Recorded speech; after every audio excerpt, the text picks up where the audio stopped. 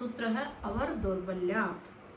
अवर उन श्रेष्ठ लोगों से अन्य अर्थात हम साधारण लोग, दौर्बल्यात् उनसे दुर्बल या कम आंके जाने पर भी महापुरुषों के धर्म विरुद्ध आचरण को प्रमाण मानकर कभी उनका अनुसरण नहीं करें। पूर्व में जो दूसरा सूत्र आया था कि तद्विदं च स्मृतिशीले, उन लोगों के द्वारा आचरण किया गया है सर्वश्रेष्ठ आचरण, उन्हें हम फॉलो करें। उसी बात का यहाँ पर थोड़ा सा प्रकारांतर से निषेध किया है कि श्रेष्ठ व्यक्ति भी कभी कभी धर्म विरुद्ध आचरण कर दे गलती से, तो हम उसका कभी भी अनुसरण नहीं करेंगे। केवल उनके द्वारा किए गए श्रेष्ठ कार्यों का ही अनुसरण करें। वहाँ हमें अपने विवेकानुसार कार्यों को करना चाहिए। अगला है 5वां सूत्र, तुल्य बल विरोधे विकल्प है। तुल्य दो समान कोटि के काव्यों में, दो समान कोटि के विचारों में, जहाँ दो समान कोटि के प्रमाणों में विरोध उपस्थित हो जाए तो वहाँ पर विकल्प है। विकल्प होता है कि उनमें से किसी एक का अनुसरण किया जाए।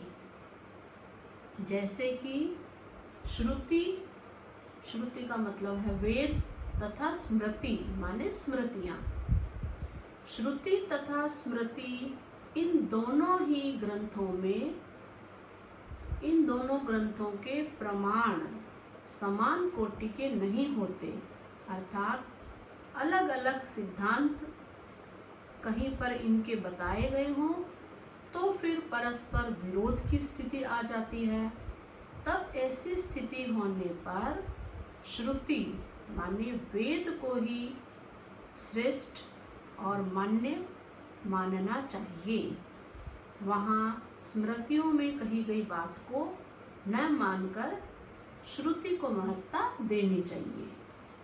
तो इस सूत्र में क्या समझाया गया कि जहाँ पर दो ग्रंथों में कभी कभी विचारों में, सिद्धांतों में विरोध की स्थिति आ जाए तो दोनों ही ग्रंथों में जो श्रेष्ठ ग्रंथ है हमें उस विचार को फॉलो करना चाहिए। श्रुति और स्मृति की बातों में कहीं कहीं विरोध आ जाए तो फिर श्रुति माने वेद को महत्ता दे देनी चाहिए। अगला सूत्र है 6वां सूत्र, उपनयनम ब्राह्मणस्याष्टमे।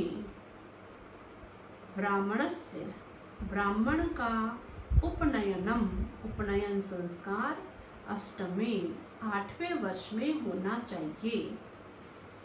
ब्राह्मण वर्ण के बालक का उपनयन संस्कार माने यज्ञोपवीत संस्कार 8वें वर्ष में होना चाहिए। प्राचीन काल में वर्ण व्यवस्था के अनुसार चारों वर्णों के कर्म भी सुनिश्चित थे। ब्राह्मणों का कर्तव्य अध्ययन करना व अध्यापन कराना था।